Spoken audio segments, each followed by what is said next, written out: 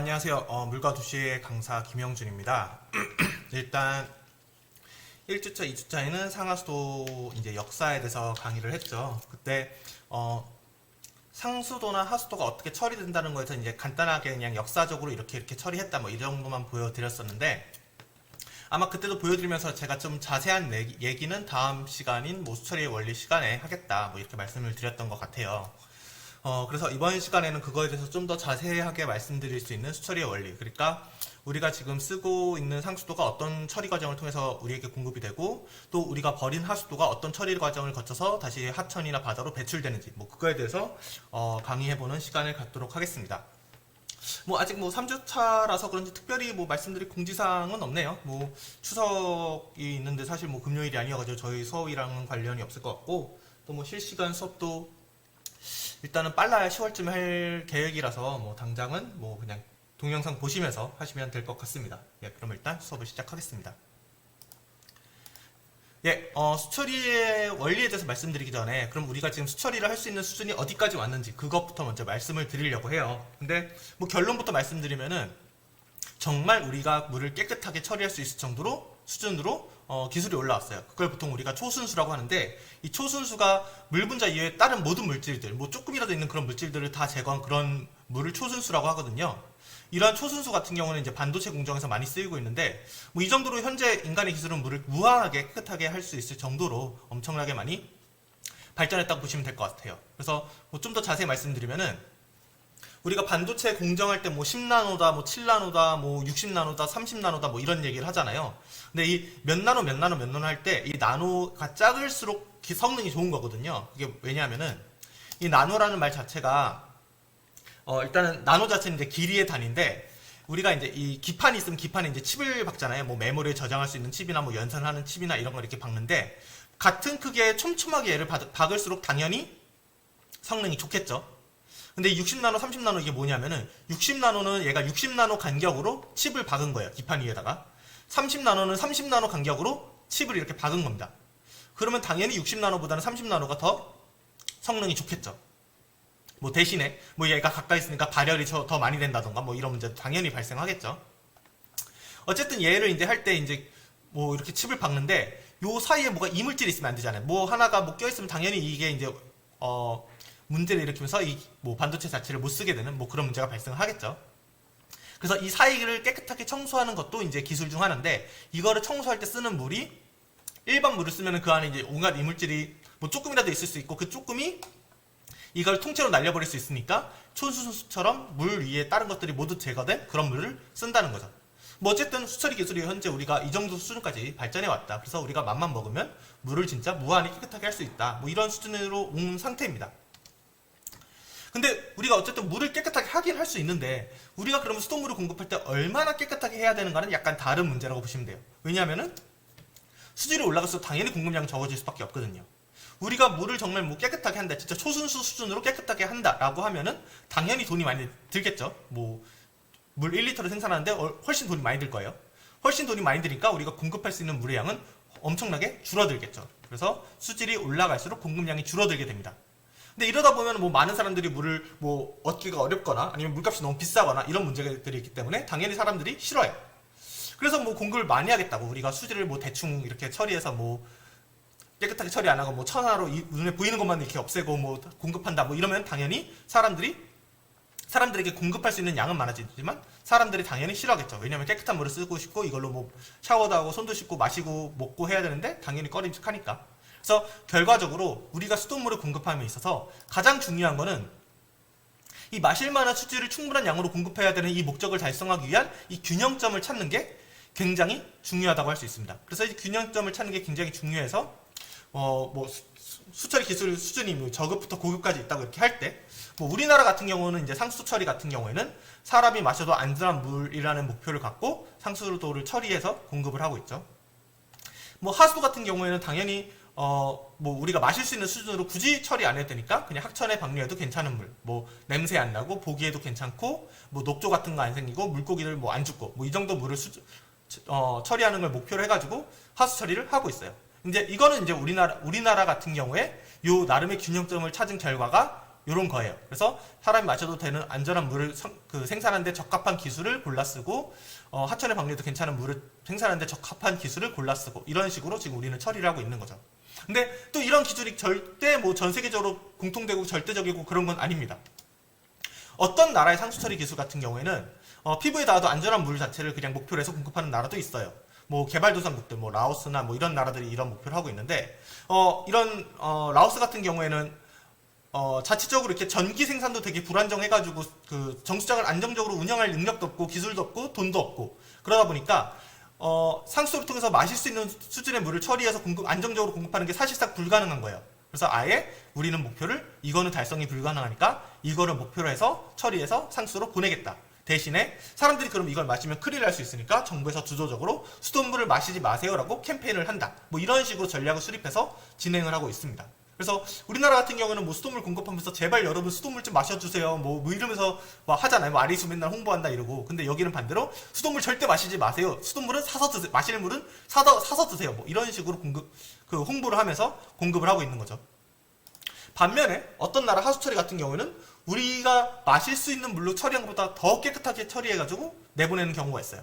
뭐 이런 거는 뭐 라스베가스나 뭐 싱가포르나 이렇게 이런 나라들, 이런 지역이나 뭐 나라들인데 이런 기술을 채택하고 이런 수준을 채택하고 있는 그 지역이나 나라의 공통점은 물이 엄청 부족합니다. 물이 엄청 부족해서 어느 수준이냐면은 우리가 쓰고 버린 하수를 다시 처리해서 써야 될 정도로 물이 부족해요.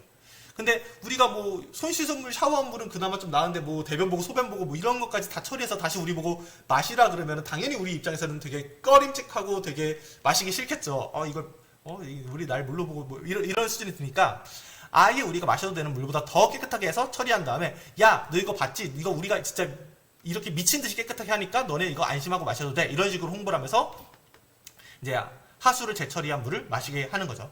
이거 같은 경우에는 이제 대체 수자원 쪽 할 때 이 얘기는 좀 더 자세히 다뤄보도록 하겠습니다. 어쨌든 그래서 이제 뭐 수처리 기술 수준이 이제 저급부터 고급하게 다양하게 있고 각 나라에서 추구하는 목적에 맞게 그 기술 수준을 선택해서 이제 수처리를 하고 있는 거죠.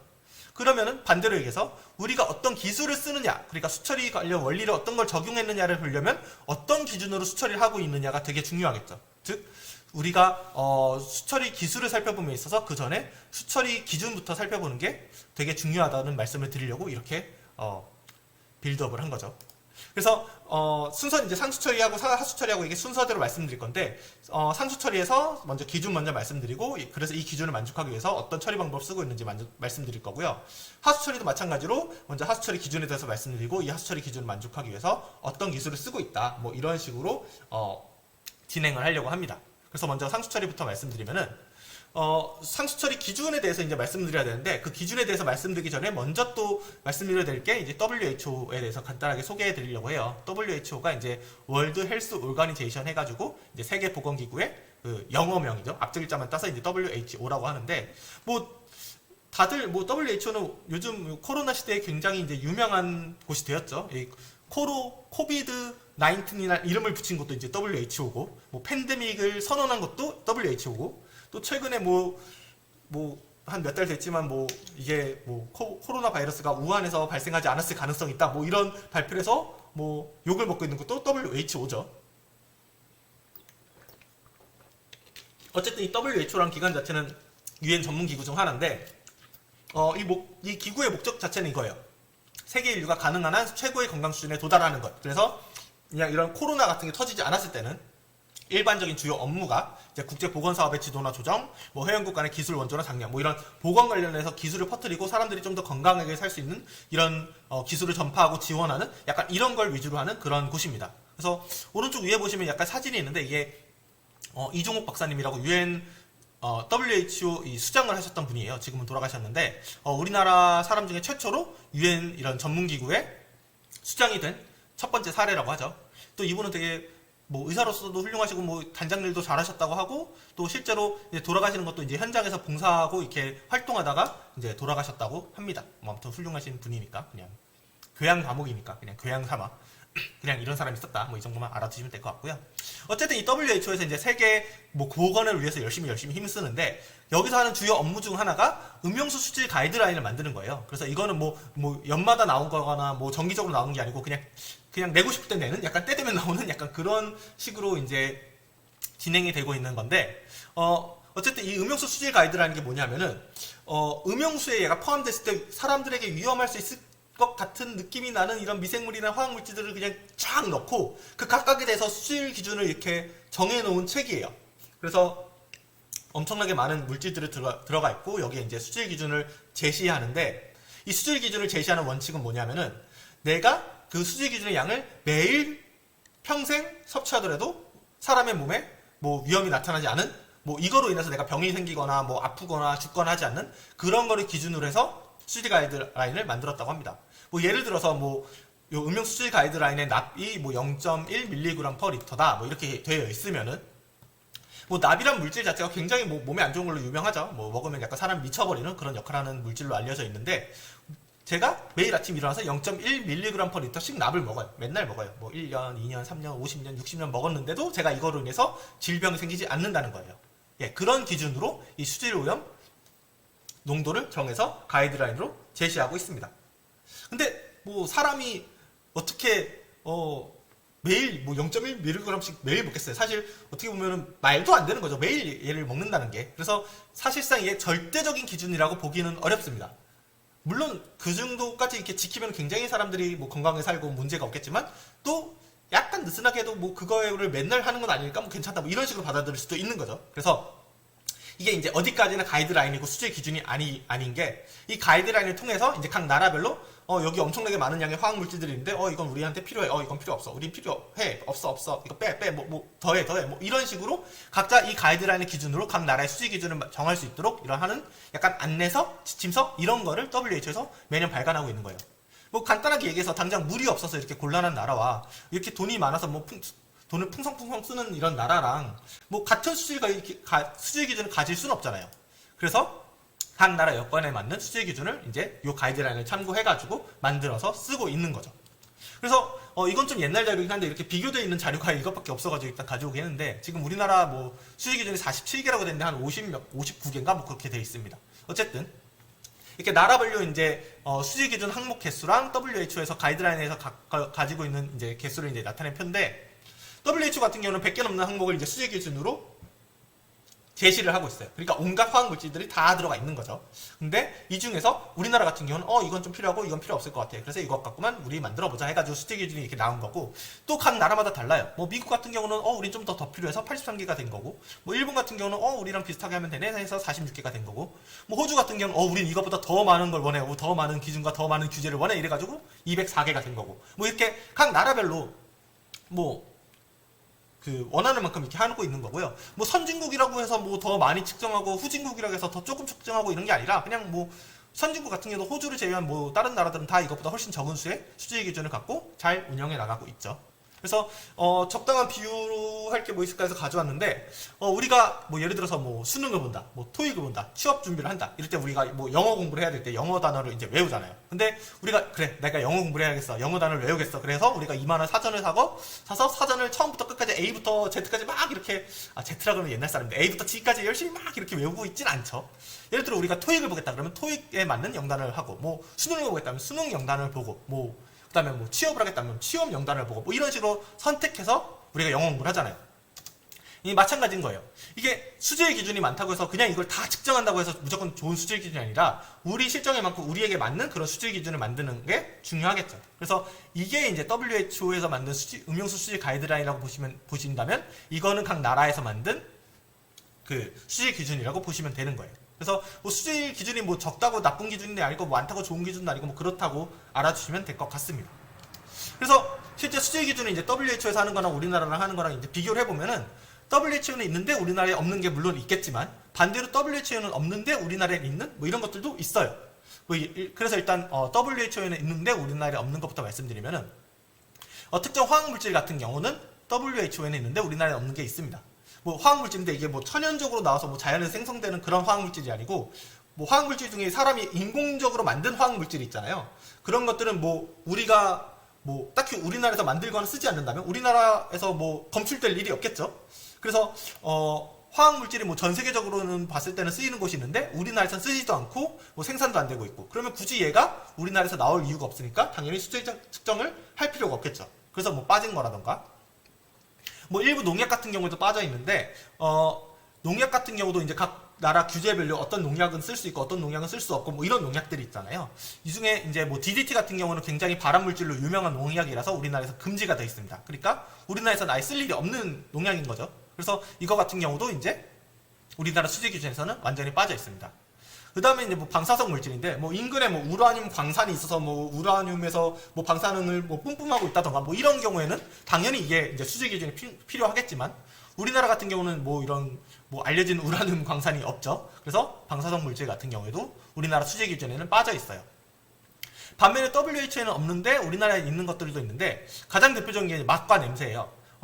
맛이나 냄새가, 맛이 좀 뭐 난다? 뭐 냄새가 난다? 그래가지고 이게 마실 수 없는 물이다, 오염돼 있다는 아니거든요. 그래서 WHO에서는 이런 것들은 빠져 있습니다. 근데 우리나라에서 이제 수돗물을 공급하는 입장에서 뭐 맛이 이상하거나 뭐 냄새가 나면 당연히 수돗물을 사람들이 안 마시려고 하겠죠. 그래서 이런 것들이 우리나라 수질 기준에는 들어가 있어요. 그리고 일부 농약 같은 경우에는 또 WHO에는 없는데 우리나라에서만 쓰는 특별한 농약이 있을 수 있잖아요. 그래서 이러한 것들은 이제 포함이 되어 있는 상태고요. 그 다음에 일반 세균도 이제 포함되어 있다고 말씀드렸는데, WHO 관련해서는 사실상 미생물 관련해서는 한 가지 항목밖에 없어요. 총대장균군 딱 하나만 보는데, 우리나라에서는 이 미생물 쪽을 좀 더 강화해가지고 총대장균군 내외를 포함해서 네 가지 항목을 이제 미생물 관련해서 측정을 하게 되어 있습니다. 그래서 우리나라 이제 먹는 물 수질 기준을 보면은 원래 이제 그 법에 보면 5가지 카테고리로 이제 구분이 돼 있어요. 뭐 미생물, 유해 영양 유기물질, 유해 영양 무기물질, 그다음 소독 부산물, 심미적 영양물질, 뭐 이렇게 5가지로 분리되어 있는데, 뭐 일단 이게 거의 뭐 비슷한 내용인 것 같아서 저는 하나를 묶어서 이제 4개로 나눠 봤습니다. 그래서 미생물 해가지고, 미생물 아까 4개만 있다고 말씀드렸죠. 그래서 일반 세균, 총대장균군, 분원성 대장균군, 그냥 일반 대장균, 이콜라이라고 하는 뭐 이렇게 4가지 항목이 있고, 유해 영양 유기물질, 무기물질 이렇게 돼 있고, 소독 부산물, 이건 뭐 소독하는 과정에서 나오는 발암물질들 뭐 이런 것들이고요. 그다음 심미적 영양물질은 우리가 뭐 마시는 데는 상관없지만 좀 보기 안 좋은 것들, 뭐 이런 것들이 포함되어 있습니다. 그래서 각각에 대해서 좀 더 자세히 말씀드리면은, 일단 미생물 같은 경우에는 이제 우리 몸에 이제 질병을 일으킬 수 있는 온갖 잡균, 세균, 뭐 이런 것들, 박테리아, 뭐 이런 것들이 다 포함해서 미생물이라고 하잖아요. 근데 여러분들 알다시피 우리가 지금 사는 과정에 엄청나게 많은 병이 있고, 이 병을 일으키는 또 엄청나게 많은 세균들이 있겠죠. 이 세균들을 하나하나 다 이게 수돗물 공급할 때마다 측정한다면 당연히 돈도 너무 많이 들고, 또 얘 양 자체가 뭐 많지 않기 때문에 얘를 측정하는 것도 너무 어렵고, 그래서 이 각각을 따로 측정하는 게 너무 어려운 거예요. 그래서 얘를 직접적으로 다 측정하는 게 너무 어려우니까 이 해당 물이 미생물에 오염되는지 안 되었는지를 좀 간접적으로 측정하기 위해서 아까 말씀드린 4가지, 일반 세균, 총대장균군, 분원성 대장균군, 대장균, 이렇게 4가지만 이제 측정을 해서 진행을 합니다. 그래서 일반 세균, 총대장균군, 분원성 대장균군, 대장균 뭐 이렇게 있는데, 일단 뭐 상하관계, 포함관계는 이렇게 있다고 보시면 되고요. 여기서 일단 제일 중요한 게 이제 총대장균군이라고 하는 겁니다. 그래서 소독의 지표로 가장 많이 사용되는 대장균군인데, 이게 이제 뭐 어디 멀리 있는 세균이 아니고 우리 사람이나 아니면 뭐 온혈동물, 그러니까 따뜻한 피가 흐르는 동물들, 장 내에서 다량으로 살고 있는 미생물들을 그냥 총대장균군이라고 해요. 그래서 보통은 이런 대장균 같은 게 이제 우리 장 속에 살다가 우리가 대변을 보게 되면 그 대변에 포함돼서 이제 외부로 배출되게 되죠. 그래서 이 총대장균군이 이제 보통 이제 이 물이 미생물에 감염된 미생물이 포함되어 있나 아닌가, 뭐 소독이 잘 됐나 안 됐나를 판단하기 위해서 얘를 측정하는 걸로 알려져 있는데, 얘를 측정해서 간접적으로 하는 이유가 우리가 이 미생물에 오염됐는지 안 됐는지를 보통 소독을 하고 이제 측정을 하잖아요. 근데 소독을 했을 때 뭐 약간 게임 용어로 말씀드리면 되나? 아무튼 얘는 굉장히 튼튼한 아이예요. 잘 안 죽어요. 웬만하면 잘 안 죽어요. 엄청나게 때려야 얘가 죽어요. 엄청나게 염소를 해서 막 소독을 해야 얘가 죽어요. 그래서 얘가 죽었다, 얘가 만약 없다라고 하면은 그냥 일반적인 그냥 병원균, 뭐 이렇게 우리 몸에 해를 주는 병균 같은 경우에는 이미 죽었다는 얘기인 거예요. 약간 숫자로 표현하면 얘는 체력이 100이에요. 근데 일반 병원균 같은 경우는 체력이 10밖에 안 돼요. 그래서 얘가 죽을 정도로 우리가 공격을 해댔으면, 뭐 소독을 해댔으면은 이 체력 낮은 병원균들은 이미 죽었다, 뭐 이렇게 보는 거죠. 예. 그래서 이거는 이제 간접적인 지표로 씁니다. 또 하나 간접적 지표로 쓰는 이유가 있는데, 이 총대장균 군 같은 경우는 우리 장 속에 산다고 했잖아요. 그래서 얘가 외부로 배출되는 경우는 우리가 대변을 보면 그 대변에 포함되어 있는 경우밖에 없어요. 그래서 물에서 만약 총대장균 군이 발견됐다, 이거는 어떻게 되고 어떤 경로를 거쳤는지 모르겠지만 우리의 똥을 한번 스쳤다, 얘가 한번 스쳐 지나갔다, 우리의 대변을 훑고 지나갔다, 이렇게 이제 이해할 수가 있는 거예요. 그러니까 얘가 검출됐다는 건 이미 한번 똥에 오염됐다는 거니까 좀 위험하겠죠. 그래서 얘가 이런 간접적 지표로 쓰입니다. 그래서 우리가 이제 정리를 다시 이제 깔끔하게 하면은, 미생물에 오염됐는지 안 됐는지를 판단할 때 우리는 네 가지를 쓰고 있는데, WHO에서는 총대장균군을 쓰고 있고 얘가 가장 중요하다고 알려져 있어요. 그래서 이 총대장균군을 통해서 간접적으로 측정을 하는데, 간접적으로 측정하는 이유가, 얘를 간접적인 측정 방법으로 이용하는 이유가 두 가지가 있다고 보시면 됩니다. 하나는 얘는 굉장히 튼튼한 아이라서 얘가 죽을 정도로 소독을 했으면 이미 다른 병원균들은 다 죽었다, 그렇게 판단하기 때문이고, 또 하나는 얘가 어쨌든 우리의 대변 속에 포함되어 있는 세균이기 때문에 얘가 물속에서 발견됐다는 거는 어쨌든 얘가 똥을 한번 스쳤다, 우리의 대변 한번 훑고 지나갔다, 우리의 대변이나 아니면 뭐 온혈동물, 다른 뭐 강아지라던가 고양이라던가 이런 변을 훑고 지나갔다, 따라서 병원균에 오염되어 있을 가능성이 있다, 이렇게 판단을 하는 거죠. 그래서 수질 기준으로 빠지면은 이게 ND per 100ml라고 되어 있는데, 이게 non detected의 약자거든요. 그러니까 아예 검출이 되면 안 된다고 보시면 됩니다. 다음으로 이제 유해 영양 유기물질과 무기물질이 있는데, 일단 뭐 원래는 수질 기준은 따로 되어 있는데 이제 저는 합쳐놨는데, 유기물질 같은 경우는 뭐 페놀, 벤젠, 다이옥신 이런 것들이 있는데 주로 이제 석유 계통 화학 약품들이라고 보시면 되고요. 무기물질에는 이제 납, 비소, 수은 같은 것들이 있는데 주로 이제 중금속이냐 아니면 질소 화합물 뭐 이런 쪽으로 있다고 생각을 하시면 됩니다. 뭐 얘가 이제 타겟으로 하고 있는 물질은 명확해요. 독성이 굉장히 강해서 우리가 먹자마자 꼴까닥 하거나, 아니면 독성은 굉장히 약한 대신에 우리가 꾸준히 섭취하면 우리가 꾸준히 죽어가는 그런 물질들. 뭐 예를 들어서 뭐 다이옥신 뭐 이런 거 먹으면 뭐 발암물질, 강력한 발암물질이고 막 암이 우리 몸에서 막 태어나겠죠. 뭐 이런 물질이나, 아니면 뭐 납이나 비소 같은 경우는 뭐 당장 먹었을 때는 별 흔적이 안 보이지만 꾸준히 계속하면 우리 몸에 쌓여가지고 이렇게 병을 일으키는 뭐 이런 물질들을 주로 이제 이 유해영양 유기물질 혹은 무기물질로 나눠서 관리를 하고 있습니다.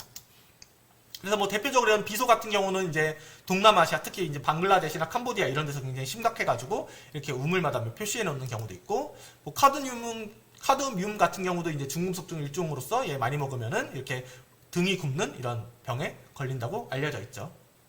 근데 사실 이 유해영양 유기물질, 무기물질 관련해서는 가장 유명한 게 어떻게 보면은 1991년 낙동강에서 발생한 페놀 오염 사건이에요. 그래서 1991년 3월 14일이랑 4월 20일 두 차례 걸쳐서 이제 페놀이 낙동강으로 유출된 사건인데, 이 낙동강 페놀이 유출된 다음에 이게 상수도 처리장을 거치면서 엄청난 악취를 발생하는 그런 물질로 바뀌게 되고, 이게 그대로 대구시에 공급되면서 뭐 임산부들이 뭐 설사나 구토하고, 심화해서는 뭐 유산까지 한다던가, 아니면 뭐 하반신이 마비된다던가, 뭐 아이가 이제 피부나 기관지 질환에 시달린다던가, 뭐 이런 다양한 문제를 이제 일으킨 그런 사건인데, 이게 이제 우리나라 사실 수질 쪽에서는 굉장히 영향이 큰 사건이었어요. 어쨌든 뭐 이렇게 당시에 이제 낙동강 오염 주범 두산전자 해가지고, 당시에는 이제 두산전자라는 게 있었는데 이 두산전자 공장에서 이 페놀을 유출시켜가지고 이제 문제가 됐던 사건이고요. 뭐 이거 인해서 뭐 관련된 공무원들 뭐 구속되고, 뭐 이거 방출시킨 사람들 구속되고, 그래서 전국적으로 이제 페놀 불법 방류 규탄 시위가 일어나면서, 이게 두산전자라고 했잖아요. 그러니까 두산에서 이제 그때도 이제 맥주를 만들고 있었거든요. 그래서 맥주를 막 이렇게 갖다 버리는 퍼포먼스를 한다던가, 뭐 당시에는 이제 두산이 오비 맥주였으니까 뭐 오비 맥주는 페놀 맥주다라고 한다던가, 뭐 아니면 뭐 업소에서도 이제 저희 업소는 오비 제품을 판매하지 않습니다라고 이렇게 한다던가, 뭐 이런 식으로 다양한 방식으로 시위가 일어났었고요. 또 이 사건이 모티브가 돼서 뭐 나온 영화가 있는데, 아마 여러분들 한 번쯤 이름은 들어보셨을 삼진그룹 영어 토익반이라는 영화가 이 사건을 이제 모티브로 해서 만들어졌죠. 그래서 이때도 마찬가지로 기업에서, 이 영화도 이제 기업에서 불법적으로 폐수를 방류한 거를 이제 이 여직원들이 발견하고 이거를 뭐 어떻게 고발하고 뭐 꽁짝꽁짝해서 뭐 무너뜨리는 뭐 그런 내용인데, 뭐 일단 뭐 방류 사건이 있었던 것까지만 동일하고, 사실 이 영화를 봤는데 거의 뭐 다 다르더라고요. 이게 실제 진행된 것과 뭐 이거는 실제로 이거는 대구 시내의 수돗물에서 실제로 이렇게 해가지고 굉장히 큰 사건이었어요. 그래서 뭐 이 영화에서는 그냥 그 폐수 방류 인근에서만 이렇게 오염돼서 사람들이 막 아프고 이런 것처럼 나왔는데 이게 실제로 이제 대구 시내까지 영향을 줘서 굉장히 큰 사건이었고요. 이로 인해서 이제 몇 가지 바뀐 게 이제 1993년부터 뭐 수질환경 보전법 뭐 이런 것들이 수질환경 보전 계획 이런 것들이 생겨서 이제 뭐 정수장이나 하수 처리장들이 엄청나게 많이 건설되기 시작을 하고 또 당시까지는 환경 부가 아니었거든요. 환경처였나 그렇거든요. 아 청이었나? 그래서 뭐 소방방재청, 뭐 요즘 뭐 유명한 질병관리청 뭐 이런 청이었는데 부로 승격되는 사건이 이걸 계기로 이제 승격되게 됩니다. 어쨌든 우리나라에서 이제 환경 관련돼서 경각심을 일깨우고 환경 관련된 이제 정책들이 나오고 좀 위상이 올라가는 그런 사건이 됐던 거예요. 뭐 근데 뭐 마찬가지 좀 뭐 역사는 반복된다고 2008년에도 비슷한 사건이 코오롱 공장에서 이제 페놀이 유출된 사건이 또 이제 낙동강 유역에 있었는데 뭐 이때는 뭐 무단으로 방류한 건 아니고 이제 공장에 불이 나면서 어쩔 수 없이 유출된 뭐 그런 사건이었습니다. 어쨌든 이런 사건도 있었고요. 다음으로 이제 말씀드릴 게 소독부산물인데 소독부산물은 뭐 저번에 이제 역사 얘기할 때 말씀드렸던 것과 마찬가지로 이제 소독을 하는 과정에서 생기는 그런 해로운 물질들, 특히 발암 물질들 이런 것들을 나타내는 이런 것들을 규제하는 수질 기준이에요. 그래서 말씀드린 대로 염소를 많이 투입하면은 생물학적 안정성은 올라가지만 이런 화학 물질들이 많이 생기고 또 얘를 투입 안 하면은 이제 생물학적 안정성은 떨어지는 대신에 화학적 안정성 그러니까 이상한 물질들이 생기지 않고 뭐 이런 딜레마가 생기는데 이 모두 다 이제 수질 기준을 기준으로 해서 생물학적 안정성은 앞에서 말씀드린 미생물 항목을 통해서 이제 관리가 되고 있고 화학적 안정성은 여기 있는 소독부산물 여기서 이제 관리를 하고 있다고 보시면 될 것 같습니다. 그런데 다만 뭐 저번에도 말씀드렸듯이 조류가 많이 발생하게 되면은 이제 염소 소독을 더 많이 해야 되고 이러면서 소독부산물이 더 많이 생기는 뭐 이런 부작용이 발생하고 있다는 것까지 이제 말씀을 드렸었죠. 다음으로 이제 심미적 영양물질인데 이 심미적 영양물질 같은 경우는 그냥 요거라고 보시면 될 것 같아요. 그냥 보기 좋은 떡이 먹기 좋다라고 하는 말이 있잖아요. 마찬가지로 보기 좋은 물이 마시기도 좋다. 이런 관점에서 나온 수질 기준이라고 생각을 하시면 돼요. 그래서 얘 같은 경우는 사실 우리가 뭐 건강에 아무런 영향이 없어요. 뭐 이게 뭐 많다고 여기 나온 항목들이 많다고 해서 우리 몸에 엄청난 피해를 준다던가 뭐 이런 게 전혀 없어요. 다만 우리가 봤을 때 너무 이게 꺼림직하고 뭐 보기 안 좋고 이걸 먹어도 말아도 되나 독든 거 아닌가 약간 이런 생각이 나는 그런 항목들을 정리한 거를 심미적 영양물질이라고 보시면 됩니다. 그래서 뭐 맛, 뭐 냄새, 탁도, pH 뭐 이런 것들이 이 심미적 영양물질에 해당한다고 보시면 돼요. 그래서 뭐 실제로 뭐 맛이 이상하다고 해서 뭐 콜라 맛이 난다고 해서 얘를 마실 수 없는 물이라던가 이런 건 아니잖아요. 근데 그런 것들이 이제 여기서 규제하고 있다고 보시면 돼요. 그래서 사람에게 해를 주진 않지만 이를 이용하는 사람들에게 거부감이 들도록 할 수 있는 물질들을 여기서 이제 제어하고 있다고 보시면 됩니다. 그래서 뭐 한창 우리 뭐 수돗물에서 냄새 난다 뭐 이러고 했을 때 뭐 나온 기사를 하나 가져왔는데 여름철 녹조로 인해 뭐 수돗물 맛 나빠지는 현상 예방한다 해가지고 막 이렇게 써 있다가 이게 고도 정수 처리 시설을 갖추지 못해 지오스민과 2MIB 같은 맛 냄새 물질을 완벽하게 처리하는데 한계가 있는 어쩌고저쩌고 뭐 이렇게 있죠. 그러니까 맛이나 냄새를 그 당시에 유발했던 물질이 지오스민과 2MIB라는 요 두 물질이에요. 근데 이 두 물질이 문제가 뭐냐면 우리 몸에 아무런 해가 없습니다. 얘를 뭐 아무리 마셔도 우리 몸이 뭐 아프거나 죽거나 뭐 이런 거 전혀 없어요. 근데 엄청나게 그 조류 물비린내라고 하죠. 막 조류 냄새 뭐 이런 걸 막 유발하는 그런 물질이에요. 심지어 얘네들은 진짜 엄청나게 소량이 있어도 냄새를 확 내는 아주 엄청난 놈들입니다. 그래서 이런 것들이 이제 대표적인 심미적 영양물질이라고 보시면 될 것 같아요. 근데 의외로 또 이 두 물질은 우리나라 수질 기준이 없고 그냥 여기 보시면 그냥 맛, 냄새 이 항목이 아예 따로 있거든요. 그래서 여기서 한꺼번에 관리하고 있다고 보시면 될 것 같습니다. 그래서 여기까지 이제 중간 정리를 하면은 이제 세계보건기구에서는 이제 전 세계를 대상으로 음용 수질 가이드라인을 작성해서 배포 중이고요. 그래서 이를 바탕으로 이제 각 나라에서는 각 나라의 사정에 맞게 자신들의 수질 기준을 만들어서 시행하고 있죠. 우리나라 같은 경우는 총 4가지 혹은 원래는 뭐 5가지면 여기서 4가지를 했으니까 4가지의 이제 수질 오염 기준을 나눠서 이를 관리하고 있는데 이 4가지가 미생물, 유해 영양 유기 혹은 무기물질, 소속 부산물, 심미적 영양물질 뭐 이렇게 해서 관리하고 있다고 보시면 될 것 같습니다. 어쨌든 여기까지 우리가 이제 수질 기준을 알았으니까 그럼 얘네들을 어떻게 처리해야 되는지에 대해서 이제 말씀을 드려야겠죠.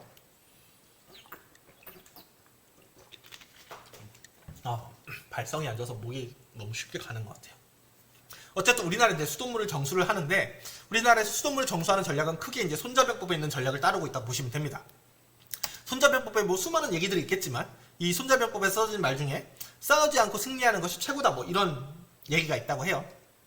마찬가지로 우리가 수처리를 함에 있어서도 우리나라에서는 이제 오염물질을 정화하지 않고 애초에 오염물질이 들어오는 걸 막는 것이 최고다. 이런 관점으로 해서 상수도, 우리가 마시는 수돗물을 처리하고 있어요. 그래서 이런 전략의 정점에 서 있는 게 바로 상수원 보호구역이라는 겁니다. 이 상수원 보호구역이 뭐냐면요. 우리가 어쨌든 수돗물을 만들려면 강에서 물을 퍼야겠죠. 이 강에서 물을 푸는 지점을 상수원이라고 해요. 이 상수원을 어쨌든 우리가 여기에 물을 퍼야겠다라고 결정했으면 이 땅이 이렇게 있는데 여기 이제 오염물질이 들어가면은 뭐 예를 들어 누가 여기서 뭐 쓰레기를 버린다던가 뭐 폐수를 내뱉는다던가 뭐 이러면 당연히 여기에 오염되니까 수돗물 처리가 어려워지고 심지어는 수돗물이 오염되는 그런 문제까지 발생을 하겠죠. 그래서 아예 상수원 보호구역이라는 걸 딱 지정해가지고 여기는 우리가 상수원을 쓸 거니까 요 인근에서는 오염을 유발하는 어떤 행위도 하면 안 된다라고 이렇게 구역을 지정한 거를 상수원 보호구역이라고 합니다. 그러니까 애초에 오염물질이 들어오는 걸 막겠다고 만든 구역인 거죠. 그래서 여기서 이제 각종 오염 행위가 이제 금지가 되는데 뭐 수질 오염 물질을 버리는 행위 당연히 금지되고요. 뭐 가축을 기르는 거 금지되고 뭐 수영, 목욕, 세탁, 뱃놀이, 야외 취사, 야영, 세차 이런 거 다 금지됩니다. 그리고 어패를 잡거나 뭐 양식하는 것 금지되고 해당 지역에서 농사를 짓는 건 마저 금지가 돼요. 그러니까 애초에 오염물질이 정수장으로 들어가는 걸 막는 그런 것이 상수원 보호구역이에요. 근데 딱 보면은 이 땅에서 할 수 있는 게 없죠. 그냥 냅둬야 되죠. 그냥 숨만 쉬어야 되죠. 우리 이 땅을 가진 소유주분들께서는 그냥 숨만 쉬고 구경만 하면서 아 이게 내 땅인데 이러면서 되게 흐뭇한 미소 짓고 계시면 되겠죠. 근데 당연히 아무것도 안 하고 흐뭇한 미소만 짓고 있으면 사람들이 불만이 있을 수밖에 없잖아요. 그래서 항상 이거 관련해서는 갈등이 나오게 되어 있죠. 그래서 상수원 보호구역에 딱 지정된 경우에는 여기서 할 수 있는 게 아무것도 없고 여기서 뭐 취사, 뭐 숙박 이런 거 다 안 되니까 당연히 그 지역 주민의 재산권을 제한하는 이런 규정이 되겠죠. 이로 인해서 이제 상수원 보호구역의 변경, 뭐 지정, 해지 이와 관련해서는 굉장히 많은 갈등들이 발생하고 있고요. 그래서 지역 신문들 보면은 뭐 이런 걸 해제해야 된다, 뭐 이런 거 관련된 기사들이 많이 나와요. 그래서 상수원 구역 해제 갈등에서 상류족의 일방적인 희생을 강요해서는 안 된다, 뭐 이런 식으로 기사를 쓴다던가, 아니면 횡성의 뭐 상수원 보호구역 네 곳으로 인해서 규제 때문에 이 지역 사람들이 너무 어려워하고 있다, 뭐 이런 식으로 기사를 낸다던가, 이런 상수원 보호구역 갈등은 뭐 어쩔 수 없이 계속적으로 발생하고 있고 앞으로도 발생할 거라고 예상되는 그런 문제들이 있습니다. 어쨌든 우리가 상수원 보호구역을 이제 지정을 해서 오염물질이 들어오는 걸 최대한 막았어요. 근데 막았다고 해서 이제 완전히 우리가 마실 수 있는 수준의 물인 건 아니니까 이런 일련의 과정을 통해서 상수 처리를 해가지고 이제 우리가 마실 수 있는 우리 뭐 수도꼭지까지 나오게 되는 거죠. 그래서 뭐 취소원, 가압장, 착수정, 뭐 약품 투입실, 혼화제 뭐 이런 여러 가지 과정이 있는데 그냥 크게 두 개만 보시면 될 것 같아요. 이 여과지랑 염소 투입실 이거 두 개만 크게 보시면 될 것 같습니다. 여과지는 말 그대로 거르는 거예요. 그러니까 고체로 있는 물질은 여기서 다 걸러집니다. 그래서 여기서 이제 고체로 된 거 다 걸르고 염소 트위스를 이제 소독하려고 하는 거잖아요. 그래서 미생물들은 여기서 다 걸러진다고 생각하시면 될 것 같아요. 그래서 좀 더 자세하게 말씀드리면은 여과지 같은 경우는 그냥 여러분이 생각하는 그 여과지가 맞습니다. 그냥 모래 채워놓고 물 통과시키는 그거예요. 그래서 자연에서 이제 대지가 하천을 정하는 것을 모방한 처리 과정이고요. 모래 같은 입자들을 이제 잔뜩 쌓아놓고 거기다 물을 통과시켜가지고 처리하는 방식이죠. 특히 이 모래 입자 사이 요 간격에 보통 걸려가지고 얘가 처리된다고 생각하시는 분들이 있는데 이게 사실 전기적인 뭐 이런 반드르바스인 뭐 이런 것들에 의해서 이게 처리되는 거기 때문에 10마이크로미터 정도의 아주 작은 입자까지도 제거가 됩니다. 뭐 근데 그냥 뭐 전기적 조건에 의해서 제거된다 뭐 이런 거까지 기억하실 필요 없고 그냥 아주 작은 것까지 안심해도 된다, 제거가 되니까 뭐 이 정도로 알고 계시면 될 것 같고요. 고체 형태로 된 오염물질을 제거하는 거다 보니까 고체로 된 미생물까지도 일부 제거가 가능합니다. 그래서 실제로 정수장 가면 이렇게 돼 있어요. 진짜 요 아래가 모래바닥이고 물만 채워져 있는데 이렇게 좀 더 단면도 이렇게 보시면은 이렇게 이제 물이 들어오는 거예요. 이게 원수가 들어오면은 그냥 모래가 이렇게 차 있고 요 모래를 이렇게 통과시켜서 공급하는 걸로 끝입니다. 네, 이게 여과지예요. 근데 이렇게 여과지에서 계속 이렇게 모래에다가 물을 통과시키면서 오염물질을 제거하다 보면 이 모래층에 오염물질이 쌓이겠죠. 오염물질이 쌓이면 결국은 막히겠죠. 그래서 여과지 운영에 있어서 가장 큰 문제가 이 막힌다는 거예요. 이 여과지가 막힐 경우에는 당연히 처리 속도 느려지고 처리된 물의 수질도 막혀있는 상태에서 억지로 빠진 거다 보니까 수질도 나빠지는 그런 문제가 발생하게 됩니다. 그래서 이를 해결하기 위한 방안이 크게 두 가지가 있는데, 하나는 여과지로 들어오는 입자의 양을 최소화한다. 그래서 약품주입이나 침전지를 그 앞에 둬요. 그러니까 아까 요 앞에 요 단계에서 여과지 앞에 뭐 침전지, 응집지, 혼화지, 약품 투입실 뭐 이런 것들이 있죠. 뭐 넓게 보면 착수전까지인데 여기는 오늘 얘기는 안 할 거니까. 아무튼 요 앞에 여러 가지 이 것들이 다 여과지에 들어오는 입자의 양을 최소화하기 위해서 있는 약간의 전처리 같은 느낌이라고 보시면 돼요. 약품 투입실, 혼화지, 응집지, 침전지 뭐 이런 것들 다 일종의 미리 한번 이렇게 걸러주고 여과지로 보내기 위한 이런 전처리라고 보시면 됩니다. 그리고 또 하나는 이제 주기적으로 얘를 청소를 하는 건데 이걸 보통 역세척이라고 하거든요. 그래서 아까 이 그림에서 말씀드리면은 아까는 위에서 아래로 물을 통과시키면서 얘를 여과를 시켜서 물을 깨끗하게 해서 보냈잖아요. 근데 이제는 반대로 물을 아래서 위로 이제 거꾸로 이렇게 하는 거예요. 얘를 이렇게 막 하면은 얘가 한번 모래가 확 뒤집어지면서 요 안에 있는 찌꺼기들도 다 빠지겠죠. 요것들을 모아서 다시 이제 맨 앞단으로 보내서 처리할 때 같이 처리해 버리는 거예요. 이걸 이제 역세척이라고 합니다. 그래서 실제로 사진으로 보여드리면은 이제 모래에 이제 처음에 여과지 물 빠진 상태 여과지가 이렇게 있고 물을 채우면은 뭐 이렇게 있겠죠. 그래서 물이 이렇게 여과지가 있고 물이 채워져 있으면 여기 물이 모래층을 이제 통과하면서 안에 있는 오염물질들이 여기 걸러지고 이제 아래 깨끗한 물이 나와서 이제 다음에 약품 주입실로 가겠죠. 거기서 이제 소독을 하는 건데 얘가 이제 너무 막혀서 이제 청소를 할 때가 됐다. 그럼 물을 거꾸로 이제 밑에서 위로 펌핑해서 올려줍니다. 펌핑해서 올려주니까 막 이렇게 부글부글 끓는 모습이 되겠죠. 뭐 이런 식으로 해서 한번 청소를 해서 얘 안에 끼어있는 오염물질을 한번 싹 제거한 다음에 다시 이제 여과를 하는 거예요. 뭐 이런 식으로 운영하는 게 여과지입니다. 그 다음에 이제 뭐 앞에서 이제 여과지 들어오는 입자량을 최소화하기 위해서 약품 주입과 침전지를 쓴다고 했잖아요. 그래서 먼저 침전지에 대해서 말씀드리면은 뭐 이거는 뭐 말 그대로입니다. 여과지 전에 이제 크기 큰 입자를 미리 제거하기 위한 시설인데 그냥 수를 엄청 크고 길게 만들어요. 그래서 물을 여기다 흘려보냅니다. 그럼 얘가 천천히 흘러가면서 안에 무거운 것들은 당연히 바닥에 깔아앉겠죠. 그런 식으로 해서 무거운 입자를 미리 제거하는 그런 거를 침전지라고 해요. 그래서 실제 정수장 가면 그냥 무슨 수영장 같아요. 길다랗게 생긴 수영장 같이 생겼고요. 요 아래 이제 물 빠졌을 때 이렇게 생겼는데 요게 이제 스크레이퍼라고 하는 친구인데 얘가 이제 왔다 갔다 하면서 바닥에 쌓여있는 이제 커다란 무거워서 깔아앉은 오염물질을 얘가 이제 한번 쓸어서 이제 뭐 쉽게 말하면 쓰레기통에 버리는 이런 역할을 하는 거예요. 그래서 얘를 단면도로 잘라보면 이렇게 생겼어요. 그래서 물이 이렇게 들어와서 여기로 나가서 여과지로 가는데 물의 흐름이 이제 이렇게 있다고 하면은 커다랗고 무거운 입자가 들어오면은 당연히 얘가 물의 흐름에 따라서 얘가 천천히 내려와서 결국 바닥에 깔아앉겠죠. 다음으로 안 넘어가고. 그 다음에 이제 만약에 작은 입자가 들어왔다 하면은 얘는 뭐 둥실둥실 떠가다가 이제 다음으로 넘어가겠죠. 이런 거 같은 경우는 이제 여과지에서 이제 얘는 처리가 되게 되고요. 어쨌든 이 침전지에서 최대한 많이 이런 커다란 고체들을 걸러줘야 여과지에 가는 요 조그만한 애들이 없어지면 최소화로 되면서 막힘이 덜 발생하게 되고 막힘이 덜 발생해야 어쨌든 우리가 물을 안정적으로 꾸준히 처리할 수가 있잖아요. 그래서 여기 침전지에서 이제 최대한 많은 고체 입자들을 깔아앉히는 게 중요한데 얘가 효율이 높으려면 그러니까 최대한 입자를 많이 처리하려면 입자 크기가 당연히 커야겠죠. 그래야 빨리 가라앉으니까. 그래서 입자 크기를 크게 하려고 하다 보는데 그냥 원래 들어온 입자만으로는 얘가 너무 작으니까 입자 크기를 키우기 위해서 앞에 이제 약품 주입과 혼화 과정이 거치게 되는 거예요.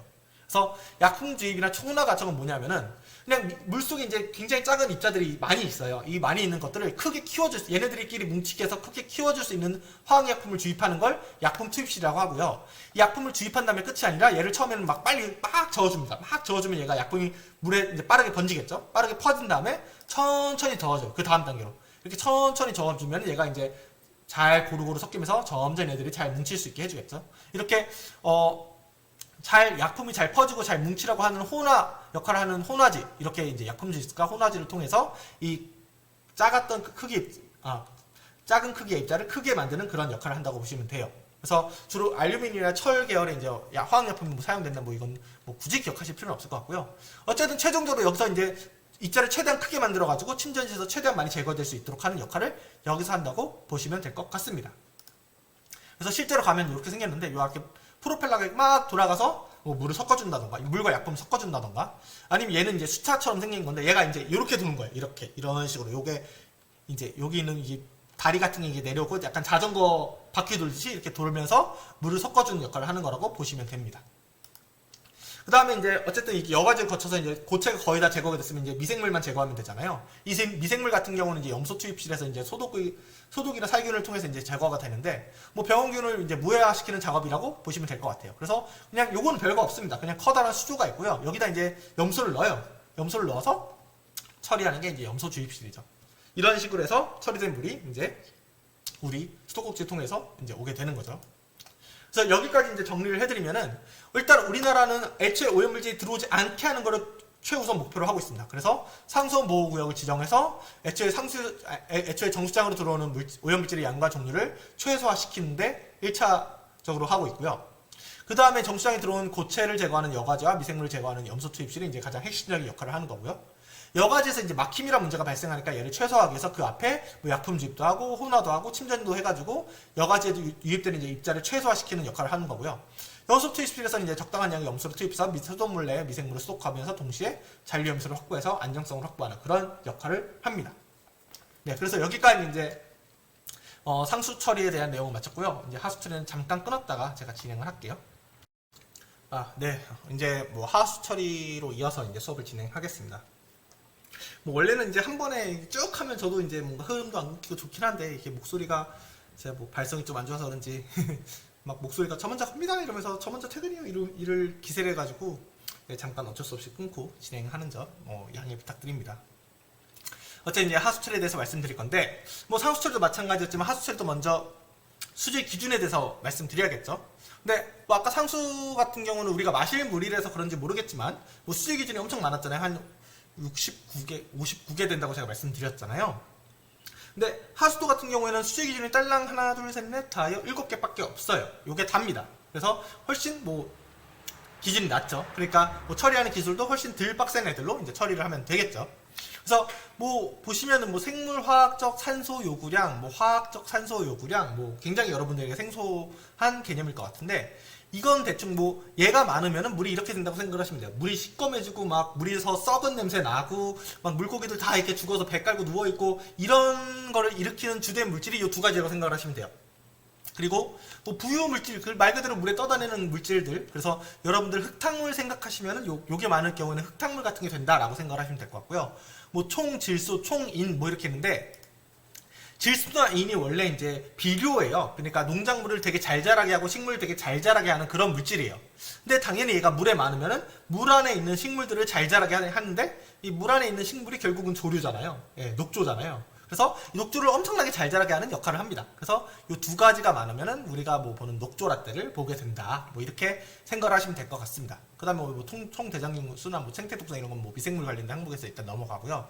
그래서 이 세 가지에 대해서 이제 좀 더 집중적으로 이제 말씀드리려고 하는데 일단은 생물 앞에서 이게 위에 두 개인 생물화학적 산소 요구량, 그 다음에 화학적 산소 요구량 뭐 이렇게 BOD와 COD에 대해서 먼저 말씀드릴 건데 이 두 가지 지표 모두 이제 방류수 내 유기물의 양을 간접적으로 나타내주는 지표예요. 그래서 BOD나 COD가 높다, 많다 이러면은 물 안에 있는 유기물이 많다. 그래서 이 물이 많이 유기물에 오염돼 있다라고 생각하시면 됩니다. 근데 당연히 여러분들도 당연히 그렇겠지만 유기물이 뭔데? 라는 의견을 생각을 당연히 하시겠죠. 그래서 이 유기물에 대해서 좀 더 자세하게 말씀드리면 탄소 원자 C를 중심으로 해서 수소를 비롯한 몇 가지 원소, 뭐 탄소나 수소나 산소나 질소 등으로 이루어진 물질들을 말하고 생명체만이 가지고 있거나 이들이 만들어낸 물질을 유기물이라고 합니다. 그래서 그 종류에 있어서는 뭐 가장 단순한 형태의 메탄과 에탄이 있고 좀 더 복잡한 뭐 형태로는 실룰로 프로판, 실룰로 부탄, 실룰로 펜탄, 실룰로 헥산 같은 게 있으며 이 벤젠고리가 나온 물에 서 벤젠을 고리를 그 기반으로 해서 뭐 툴렌, 벤젠, 페놀 뭐 이런 애들이 엄청나게 나오는 거가 유기물이에요. 당연히 여러분들이 아실 필요가 없겠죠. 어쨌든 유기물이 이제 뭐 탄소랑 뭐 이렇게 화학 물질인데 유기물이란 딱 그냥 단순하게 했을 때 제가 이걸 이제 뭐 녹색농업, 이게 도시농업 이런 데서 가져와서 이제 흙속 유기물은 미생물 먹이다라고 되어 있는데 그냥 유기물은 미생물의 먹이다라고 생각을 하시면 돼요. 그러니까 간단하게 얘기해서 유기물은 그냥 미생물 밥입니다. 미생물들이 먹고 사는 밥이라고 생각을 하시면 돼요. 그러면 또 우리가 미생물은 그래서 정확히 뭔데? 라는 의문이 떠오르겠죠. 그래서 미생물은 그냥 육안으로 식별되지 않는 1mm 이하 크기의 생물, 그러니까 엄청 작아서 눈에도 잘 보일랑 말랑하는 생물들을 그냥 미생물이라고 한다라고 생각을 하시면 될 것 같아요. 그래서 뭐 원생동물, 조류, 균류, 세균, 바이러스 이런 것들이 포함되어 있다고 하는데 그냥 엄청 작은 생물, 이게 미생물이라고 보시면 됩니다. 그럼 이 미생물들이 뭐냐? 그럼 뭐 하면서 사는 애들이냐라고 하면은 밥을 먹어요. 밥을 먹은 다음에 얘네들도 어쨌든 살아야 되니까 에너지를 막 내야겠죠. 움직여야 되니까. 그래서 에너지 생산해서 막 내요. 막 움직여요. 막 움직이면서 세포를 합성해요. 그러니까 모든 생물들이 이게 자손 번식을 막 목표로 한다고 하잖아요. 얘네도 마찬가지야. 열심히 먹고 자손 번식을 해요. 자손 번식을 하면서 이제 아무래도 먹고 하면 우리도 뭐 대변과 소변을 대변을 보잖아요. 마찬가지로 얘네들도 먹고 나면 자기가 뭐 먹을 수 있는 거 먹고 나머지는 내뱉습니다. 이 폐물질을 배출해요. 그러니까 먹어서 자손 번식을 하고 폐물질을 그냥 먹고 남은 똥을 싼다. 뭐 이렇게 생각을 하시면 될 것 같아요. 그래서 먹고 새끼 낳고 똥 싼다. 이게 이제 미생물들의 삶의 형태, 삶의 목적이라고 보시면 됩니다. 이거를 좀 고급스러운 단어로 물질 대사라고 이제 하는 거죠.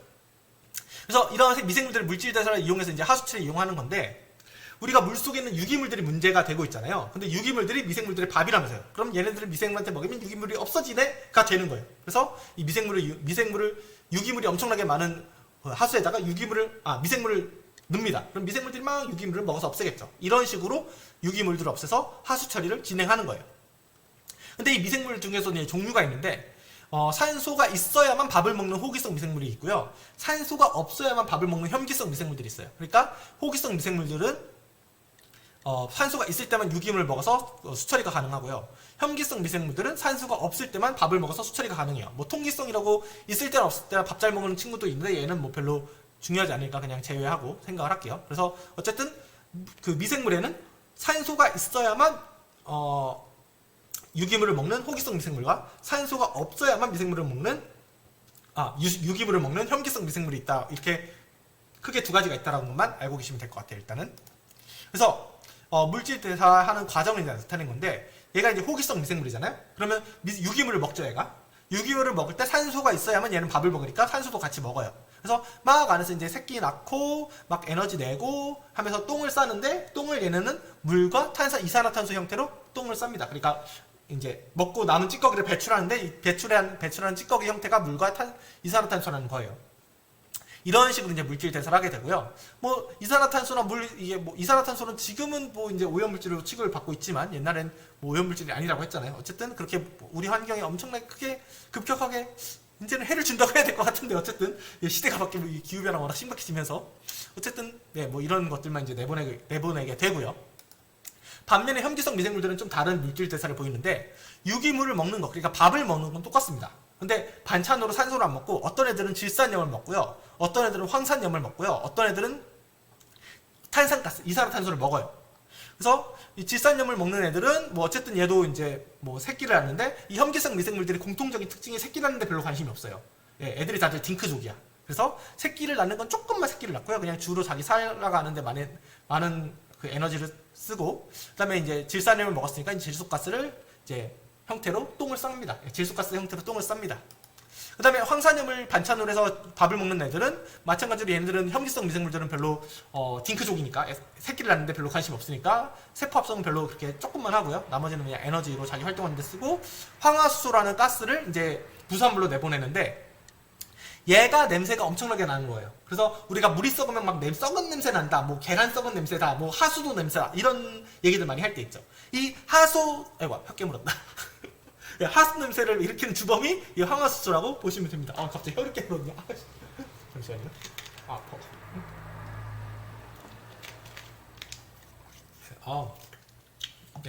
재밌는 수업 추구하는 겁니다. 어쨌든 황산염을 이제 반찬으로 해서 밥을 먹는 이 혐기성 미생물은 황화수소라는 걸 내뱉는데, 얘가 이제 냄새를 일으킨 주요 원인이 되고요. 그 다음에 이산화탄소를 반찬으로 해서 밥을 먹는 이런 혐기성 미생물도 있는데, 마찬가지로 에너지를 주로 내고 자기 그 새끼는 조금만 낳고 메탄가스를 이렇게 똥으로 쌉니다. 근데 이 메탄가스가 불이 붙는 그런 가스거든요. 우리가 말하는 뭐 천연가스 이런 게 메탄가스거든요. 그래서 이게 에너지 원으로 재활용이 가능하다는 뭐 장점이 있습니다. 그래서 호기성 미생물과 혐기성 미생물에 대해서 말씀드렸는데, 이와 관련해서 뭐 재밌는 기사가 있어서 하나 가져왔어요. 그래서 산소와 입냄새, 혐기성 세균과 구취 뭐 이래가지고, 우리 입에서 냄새 난다고 하잖아요. 그 입에서 냄새 나는 이유가 입안에 산소가 별로 없으면 안에서 이제 호기성 미생물 대신에 혐기성 미생물들이 많이 나오겠죠. 혐기성 미생물들이 많다 보니까 얘가 이제 많으면서 황화수소를 막 내뱉겠죠. 황화수소를 내뱉으니까 냄새가 나겠죠. 그래서 입냄새가 심한 사람은 입 안에 혐기성 미생물이 많아서 냄새가 나는 거다. 그러니까 입에서 나는 냄새랑 하수도 냄새랑 성분이 근본적으로 같다. 뭐 이런 얘기를 하고 있는 기사고요. 또 비슷하게 우리 몸에서 되게 냄새를 많이 유발하는 것 중 하나가 방귀죠.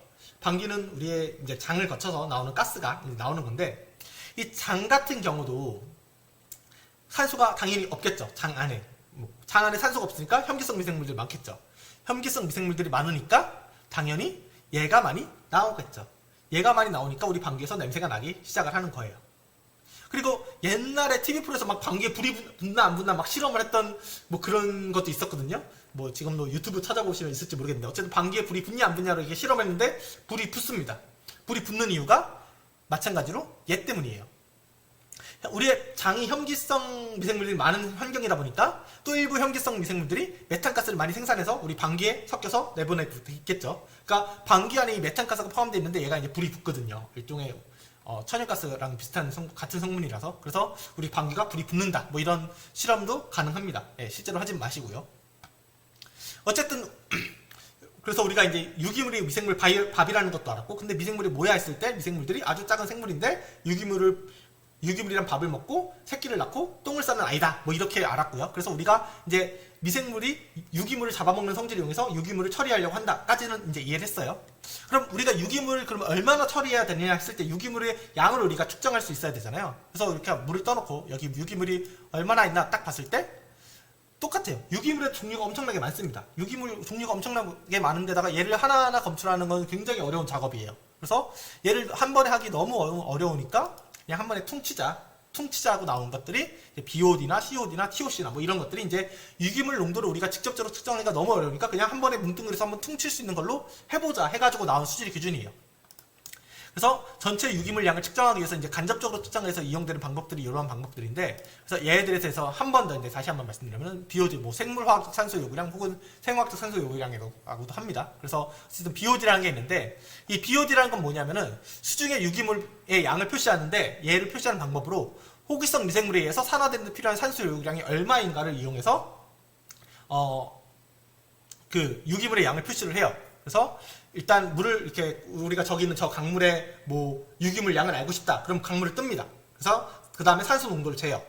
그 다음에 5일 동안 얘를 냅둬요. 그럼 5일 동안 요 안에 있던 호기성 미생물들이 열심히 유기물들을 밥 삼아 먹겠죠. 그럼 5일 후에 얘를 측정을 하면은 어쨌든 얘 호기성 미생물들이 밥을 먹을 때 산소를 반찬으로 썼으니까 산소의 양도 줄어들겠죠. 그래서 요 차이를 이용해서 유기물의 양을 측정하는 거를 BOD라고 해요. 생물화학적 산소 요구량이라고 합니다. 그 다음에 요걸 하는 데 있어서 이제 용존산소 농도를 이제 측정하는 게 굉장히 중요한데, 용존산소는 말 그대로 그냥 물속에 녹아있는 산소의 농도를 그냥 용존산소라고 한다라고 생각을 하시면 될 것 같아요. 근데 여러분들 제 말 들었을 때 BOD가 뭔지 감도 안 잡히죠? 그래서 애니메이션을 하나 만들어 왔는데 똑같은 물입니다. 얘는 유기물 양이 적어요. 한 3덩이밖에 없어요. 이렇게 이제 빨간 게 유기물이고 파란 게 산소라고 칠게요. 얘는 유기물이 3덩이밖에 없어요. 여기는 유기물이 많아서 유기물이 6덩이가 있습니다. 그래서 우리가 요거 물을 딱 퍼가지고 이제 5일 동안 냅둬 본다고 생각을 할게요. 5일 동안 냅두면 이제 요 안에 있는 미생물들이 이제 유기물들을 밥 삼아서 밥이니까 밥을 먹어야 되니까 유기물들을 먹기 시작을 했겠죠. 그래서 미생물들이 가서 유기물 먹는데 얘네들은 반찬으로 산소를 먹잖아요. 그래서 산소도 하나씩 이렇게 끌어와서 먹습니다. 그래서 아이고 소화 잘 됐네 이러고 있겠죠. 근데 유기물이 많은 쪽을 볼게요. 여기도 똑같이 이제 미생물 3마리가 와서 유기물을 먹습니다. 먹을 때 산소를 반찬으로 해서 먹겠죠. 그래서 아이고 잘 먹었네 했는데 유기물들이 또 있잖아요. 그러면 또 먹으러 가겠죠. 얘네들이 또 먹으러 갔는데 또 반찬을 꼬박꼬박 잘 챙겨 먹죠. 그래서 반찬으로 산소를 또 먹어요. 그럼 아이고 잘 먹었다 하고 이제 더 이상 먹을 게 없네 하고 이제 가만히 있겠죠. 이 두 가지 상황을 이제 봤을 때 왼쪽 같은 경우는 호기성 미생물들이 밥을 먹는데 소비한 산소가 3개죠. 그래서 처음엔 8개였는데 5개가 됐죠. 그 다음에 이 오른쪽 유기물이 많은 경우에는 호기성 미생물이 밥을 먹는데 소비한 산소가 6개죠. 그러니까 처음이 8개였는데 이제 2개가 남았죠. 그러면 처음 거랑 남은 거를 빼면은 얘는 3이고 얘는 6이죠. 그래서 이거를 BOD라고 한다는 거예요. 그래서 처음에 산소 농도랑 남았을 때 산소 농도를 뺀 거를 BOD라고 해서 BOD가 얘는 3이면은 얘는 유기물이 적으니까 BOD가 3이고 얘는 유기물이 많으니까 BOD가 6이 된 거예요. 이런 식으로 먹기 전 산소의 개수에서 먹은 후의 산소의 개수를 뺀 거를 BOD라고 합니다. 그러니까 총 미생물들이 먹은 산소의 개수를 BOD라고 한다는 거예요. 이 산소의 개수는 아까 앞에서 말씀드린 용존산소가 되는 거고요. 그래서 이러한 것이 이제 유기물들을 간접적으로 측정하기 위해서 나온 BOD란 방법이고요. 이걸 기반으로 해서 이제 저번 시간에 말씀드린 자동작용을 좀 더 자세하게 말씀드리면은 여기 이제 산소가 있습니다. 그 다음에 여기 이제 앞글자 따면 BOD죠. 근데 뭐 간단하게 유기물이라고 할게요. 그래서 유기물이 있습니다. 그래서 일반적인 자연 상태, 깨끗한 상태에서는 뭐 산소 농도가 한 이렇게 높게 나타나고 뭐 오염물질은 당연히 없겠죠. 이렇게 없다가 갑자기 오염물질이 짜잔하고 등장을 해요. 그럼 오염물질 농도가 갑자기 확 올라가기 시작을 하고 이때부터 이제 안에서 자정작용이 막 이렇게 일어나는데 처음 여기서는 산소가 있죠. 근데 유기물이란 밥이 들어왔어요. 그러면 유기물이란 밥이 들어왔으니까 이제 미생물들이 밥을 먹기 시작하는데 산소가 있으니까 혐기성 미생물들은 나 안 먹어 이러고 반찬 투정을 벌이고 있고, 호기성 미생물은 그럼 내가 먹을게 해가지고 열심히 호기성 미생물들이 밥을 먹겠죠. 그래서 이 구간에서는 호기성 미생물들이 유기물을 섭취하기 시작을 합니다. 어쨌든 그리고 호기성 미생물들이 활동을 하니까 앞에서 여기 이게 참 올라가서 호기성 미생물들은 밥을 먹을 때 이산화탄소랑 물만 내뱉죠. 그래서 요 단계에서는 이제 물과 이산화탄소가 막 나와요. 근데 물과 이산화탄소가 뭐 이렇게 냄새를 나게 하거나 뭐 이런 물질은 아니잖아요. 그래서 뭐 하천에서 뭐 냄새가 난다던가 이런 문제는 발생하지 않습니다. 그래서 우리가 겉으로 봤을 때 이 물이 오염됐는지 뭐 유기물이 많은지 없는지 몰라요. 솔직히 말하면 알 방법이 별로 없습니다. 그리고 어쨌든 우리가 미생물들이 산소를 이용해가지고 유기물을 먹기 시작하니까 산소 농도도 꾸준히 감소하고, 어쨌든 미생물들이 유기물을 먹으니까 유기물의 양도 꾸준히 감소를 해요. 그러다가 다음 단계로 오는데, 다음 단계는 뭐냐면은 이제 호기성 미생물들이 하도 밥을 많이 먹어서 안에 산소가 다 없어진 거예요. 그래서 산소가 바닥이 됐습니다. 산소가 바닥에 났습니다. 산소가 0이 됐어요. 산소가 없으니까 이제 호기성 미생물들은 이제 나 밥 안 먹어, 반찬 없이 밥 안 먹을 거야 라고 얘기하는 거고, 혐기성 미생물들은 밥이 산소가 없네? 그럼 나 이제 밥 먹을래 해가지고 이때부터는 혐기성 미생물들이 활동을 하면서 밥을 먹기 시작을 해요. 그러니까 유기물들을 혐기성 미생물들이 먹기 시작을 해요. 어쨌든 혐기성 미생물들이 활동하니까 유기물의 농도는 어쨌든 떨어지긴 하는데, 혐기성 미생물은 아까 말씀드렸듯이 뭐 악취를 나는 그런 기체를 발생시킨다고 했잖아요. 그래서 이때부터 냄새가 나기 시작을 해요. 그래서 여러분들 하천이 오염되는, 하천에서 냄새가 나네 이런 생각이, 이런 느낌을 받는 그런 하천 같은 경우는 요 단계에 진입한 하천이라고 생각을 하시면 될 것 같습니다. 그리고 어쨌든 요 수표면에서 산소는 계속 꾸준히 녹는데, 산소는 녹는 족족 이제 호기성 미생물들이 사용하기 때문에 용존산소 농도가 바로 이렇게 올라오진 못해요. 그러다가 다음 단계가 되면은 어느 정도 유기물들이 거의 다 분해가 돼요. 어느 정도 분해가 돼서 이제 자연 상태로 접근하게 되고, 대기 중에 산소는 계속 이렇게 녹아오겠죠. 대기 중에 산소는 계속 녹으니까 산소 농도는 꾸준히 증가합니다. 그러면서 다시 수생식물이나 이런 애들이 살기 시작하고요. 그러다가 이제 자정작용이 끝나게 되는 거죠. 다음으로 이제 화학적 산소 요구량, 이제 COD라는 게 있는데, 아까 BOD 같은 경우는 물을 뜬 다음에 미생물들이 얘를 없애야 되니까 5일 동안 냅둬야 되잖아요. 근데 5일 동안 냅둬야 되는데 나는 얘 뭐 유기물의 양을 당장 알고 싶다, 나는 당장 궁금하다, 당장 필요하다, 이럴 경우에는 너무 시간이 오래 걸리잖아요. 그래서 시간을 짧게 할 수 있기 위해서 나온 방법 중 하나가 이 화학적 산소 요구량으로 보시면 됩니다. 그래서 생물화학적 산소 요구량 BOD 같은 경우는 그 호기성 미생물을 이용해서 했으면은, 얘 같은 경우는 아예 그냥 화학물질을 이용해서 강제로 이렇게 막 산화를 시켜버려요.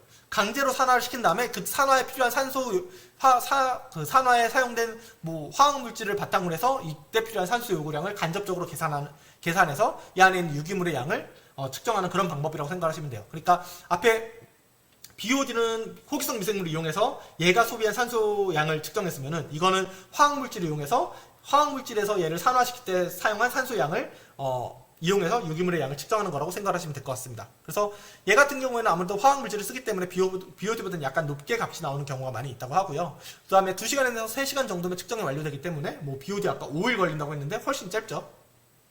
뭐 그런 장점이 있고, 다만 이제 분해 속도를 파악할 수 없다는 단점이 존재한다고 말씀드렸는데, 이건 뭐냐면은 BOD는 어쨌든 자연 상태 그대로 얘가 자정작용하는 거를 그냥 지켜보는 거예요. 그러니까 얘가 처리되는 속도 이꼬르 자연에서 처리되는 속도라고 보시면 되는데, 이 COD 같은 경우는 화학물질을 내가지고 억지로 이 유기물을 막 처리한 거잖아요. 그러다 보니까 자연에서 얘가 어느 속도로 처리가 되는지는 알 수가 없어요. 뭐 그런 단점이 존재한다라고 보시면 될 것 같습니다.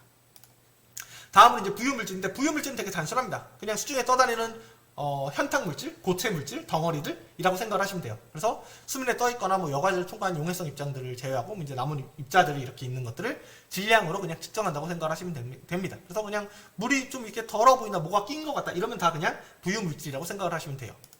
그 다음에 총질수, 총인인데, 이 질수나 인 같은 경우는 앞에서 말씀드렸듯이 이제 비료의 원료예요. 그러니까 식물이 되게 잘 자라게 하는 그런 원료거든요. 그래서 이 둘을 합쳐가지고 보통 영양염료라고 하는데, 이러한 이제 성분들이 이제 강으로 가면 녹조를 일으키고 이제 바다로 가면 적조를 일으키게 되는 거죠. 그래서 이런 것들은 보통 이제 농업에서 쓰는 비료, 아니면 축산폐에서 포함된 뭐 똥이나 오줌 뭐 이런 데 이제 많이 포함되어 있거든요. 이러한 것들이 이제 처리를 안 거치고 그대로 배출되게 되면은 이런 녹조나 적조 현상을 아주 심각하게 일으키게 됩니다. 그래서 하수 배출원별로 이제 함유 성분을 보면 이제 BOD, COD, SS, TNTP 해가지고 이렇게 있는데 보통 우리가 유기물들이나 부유물질은 뭐 부엌이나 목욕탕에서 이제 많이 발생한다고 하고요. 이런 질소나 이런 영양염류들은 이제 대변이나 소변이 나오는 화장실에서 많이 발생한다고 알려져 있어요. 그래서 유기물 성분 같은 경우는 부엌이나 목욕탕에서 배출되는 하수가 높으나 이제 질소나 인 같은 경우는 일이나 무기물 같은 경우는 화장실이 이제 3배 정도 더 높은 걸로 알려져 있습니다. 그래서 여기까지 이제 내용을 정리해드리면은 현재 방류수 수유 기준은 유기물, 현탕물질, 영양염류를 관리하는 것을 목표로 하고 있고요. 그러니까 간단히 얘기해서 물이 썩지 않아야 되고 보기 좋아야 되고 녹조나 적조가 발생하면 안 된다라고 이렇게 해서 관리하고 있다고 보시면 돼요. 그래서 유기물 같은 경우는 이제 BOD나 COD를 이제 처리를 하고 있는데 유기물 같은 경우는 미생물의 밥이고 미생물은 산소를 사용하는 호기성과 산소를 사용하지 않는 염기성으로 구분될 수 있다고 말씀드렸고요. 그다음에 유기물 농도가 높으면 이제 산소가 떨어져서 수계 생물들이 폐사하고 염기성 미생물들이 활동함으로써 악취가 이제 발생하게 되고 자정작용을 통해서 이제 이런 것들이 다시 원래 상태로 돌아가게 되는 거죠. 그리고 현탕물질 같은 경우는 SS를 통해서 이제 측정이나 관리가 되고 있고요. 영양염류 같은 경우는 총질소나 총인, TN이나 TP 이런 걸 통해서 관리되고 있는데 주로 농업용 비료나 아니면 축산 폐수를 통해서 이제 배출되고 있고요. 아니면은 뭐 우리의 대변이나 소변 뭐 이런 걸 통해서 이제 배출이 되고요. 뭐 하천에서 녹조나 바다에서 적조를 일으키는 주요 물질로서 지목받고 있습니다. 그리고 가정하수 같은 경우는 부엌이나 목욕탕에서는 유기물이나 SS가 많이 나오게 되고요. 대소변에서는 이제 영양염류가 많이 발생하고 있다라고 보시면 될 것 같아요. 어쨌든 여기까지 이제 수질 기준에 대해서 이제 살펴본 거고 얘를 어떻게 처리할 건지를 볼 건데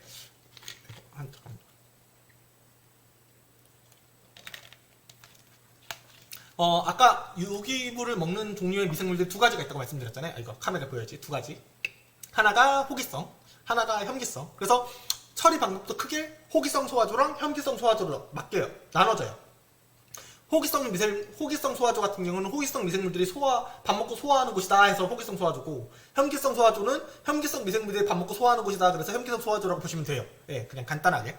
그래서 호기성 소화조 같은 경우는 호기성 미생물들을 이용해서 하수를 처리하는 방식을 얘기하는 건데 지금 가장 널리 쓰이고 있는 방식이라고 보시면 돼요. 그래서 뭐 이건 저번 시간에도 간단하게 말씀드렸죠. 그래서 이 하수 처리 프로세스가 있으면은 여기다 계속 이제 공기방울을 넣어줘요. 공기방울을 넣어주면 계속 산소가 있죠.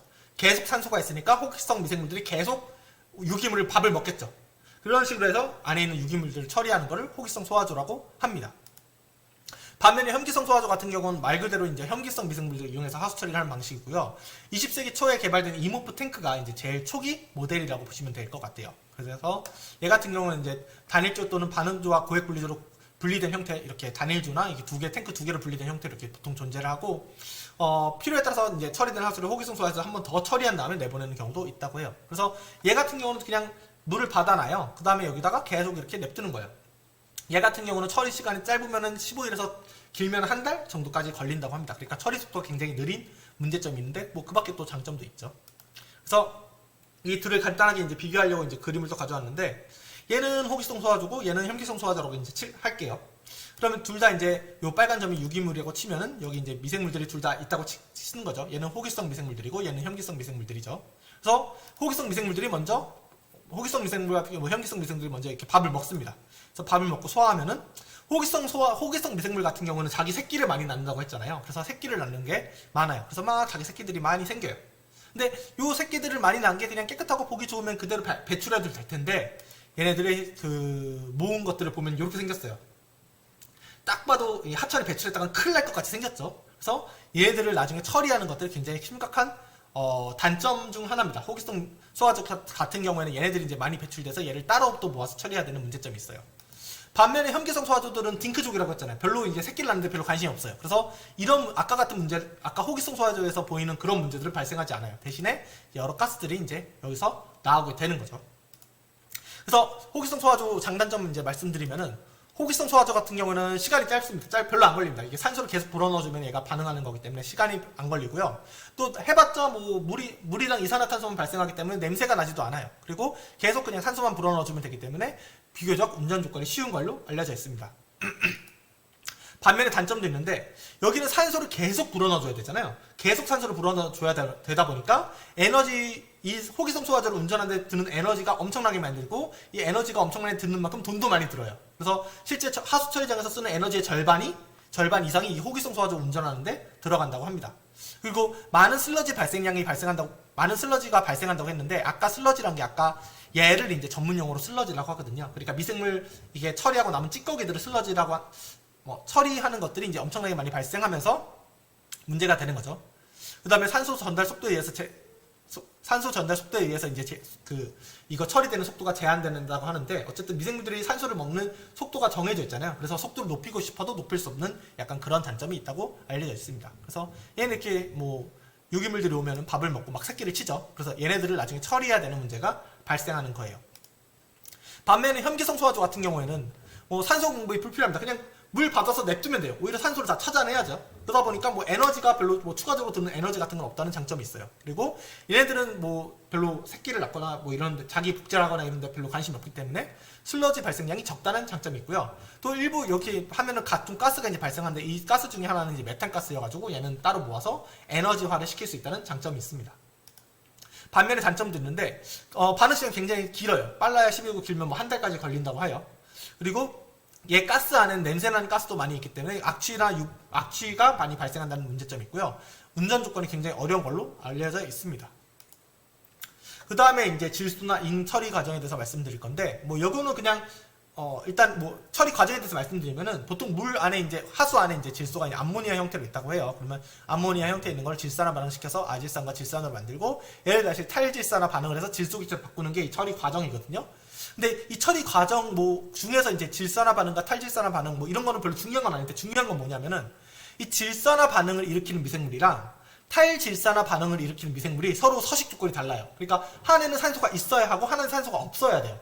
그러니까 아까 유기물들 처리할 때는 그냥 우리가 호기성 소화조 아니면 혐기성 소화조 둘 중 하나 선택해서 그냥 얘 하나만 딱 놓으면 끝 이렇게 됐는데, 얘는 호기성 소화조랑 산소가 없는 거랑 이렇게 섞여서 막 이렇게 해야 되는 거예요. 그러다 보니까 질소 처리를 위해서는 보다 복잡한 처리 프로세스가 필요하게 됩니다. 그래서 하수 처리 공정, 아까 그 상수 처리 공정은 이렇게 처리됩니다 하고 제가 이렇게 한 번에 보여드렸잖아요. 근데 하수 처리 공정은 그게 없어요. 이 공정 제일 단순한 걸 제가 가져온 건데, 막 공정이 이렇게 꼬이고 저렇게 꼬이고 아주 난리가 납니다. 그래서 그것도 하나하나가 다 특허예요. 그래서 엄청나게 하수 처리 공정을 복잡하게 만드는 복잡하게 만드는 원인 중 하나가 이 질소 처리 공정이다. 거기다 인까지 처리하려고 하면 더 복잡해집니다. 인 같은 경우에는 인을 바로 먹는 그런 미생물들이 없어요. 그래서 인을 먹는 미생물들을 인을 제거하기 위해서 어떤 방식을 쓰냐면요. 미생물이 있는데 얘가 그냥 인이 있으면 인 먹으면 그냥 끝났으면 참 좋겠는데, 얘가 산소가 없을 때면 인을 막 토해내요. 막 웩 하고 인을 토해냅니다. 그러다가 산소가 갑자기 없는 상태에서 다시 산소를 주면은 인을 다시 먹어요. 근데 인을 다시 먹는데 토한 양보다 더 먹어요.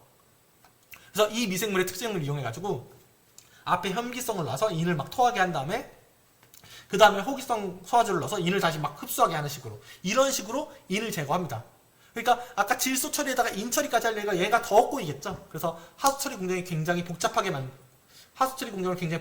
만드는 그런 원인 중 하나가 이 질소나 인이에요. 그래서 처음에 하수 처리장을 우리나라 처음 보급됐을 때는 질소나 인을 처리하는 공정이 없던 하수 처리장이 굉장히 많았어요. 그러다가 이런 것들이 이제 우리나라 점점 이제 발전하고 이런 것들이 이제 문제가 되기 시작하면서 이제 많은 하수 처리장에 이제 질소나 인을 처리할 수 있는 시설이 후단으로 이제 붙게 되는 거죠.